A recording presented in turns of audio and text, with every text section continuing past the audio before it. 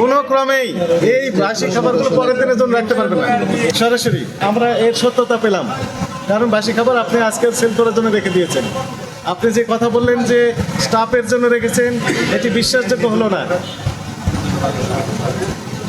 আর রাখতে পারবেন না। স্টাফকে যদি খাওয়াতে চান ওই দিনেই, আজকেই মনে করেন যেগুলো বেঁচে যাবে সেগুলো স্টাফদের দিয়ে দিবেন, ওনারা খাবে অথবা বাসায় নিয়ে যেতে পারবে, আপনি সেটা নীতিমালা করে দিবেন।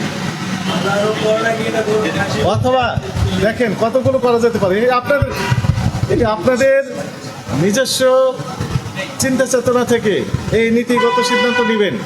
হতে পারে যে ইফতার শেষের দিকে যখন দেখলেন যে অনেকগুলো সেল হচ্ছে না, রেট একটু কমায় দিতে পারেন, দেখবেন যে বিক্রি হয়ে যাচ্ছে। কর্মচারীদের দিতে পারেন, অলরাইট, ভালো কাজ। নিজেরা খেয়ে নিতে পারেন, বাসায় নিয়ে যেতে পারেন, আত্মীয় স্বজনকে দিতে পারেন, গরিব অসহায় মানুষ যারা কিনতে পারছে না তাদেরকে দিতে পারেন। বিভিন্ন পলিসি আপনি যে কোনো একটা অবলম্বন করতে পারেন বা একাধিক অবলম্বন করতে পারেন। কোনো ক্রমেই এই বাসি খাবারগুলো পরের দিনের জন্য রাখতে পারবেন না, সুযোগ নেই। এটা পরের দিনে আবার বিক্রি করার জন্য আপনি স্টক করে রেখে দেবেন, এর সুযোগ নেই। স্টাফদের আবার আমি তো বললাম তো, এর বাইরে আপনি যাওয়ার সুযোগ নেই। স্টাফদের নাম করে কাস্টমারদের কাছে বিক্রি করবেন, এটা অ্যাকসেপ্টেবল হবে না।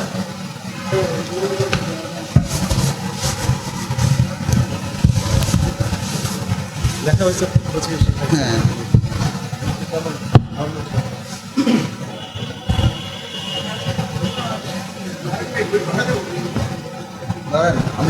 তো আপনি দায়িত্ব আছেন, উনি দায়িত্ব।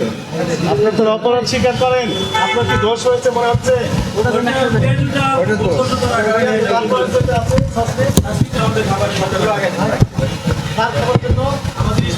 আপনি লিখে দিয়েছেন ডিক্লারেশন, আপনি ডিক্লারেশন দিয়েছেন যে আপনি স্টাফদের খাবার জন্য।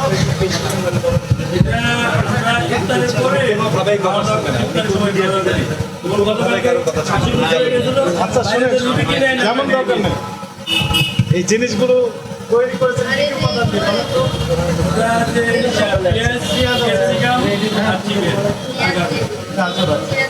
টমেটো, এইগুলো কি পছন্দশীল না, বন্ধ হয়ে যাবে না,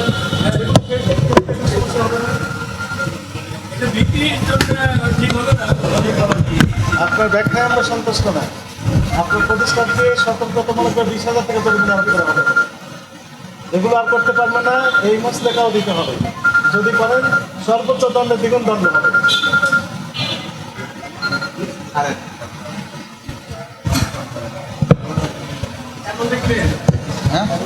এগুলো চেষ্টা করে দেন, বাই করে দেন। কোথায় সময় রেখেছে, কোথায় দেবেন?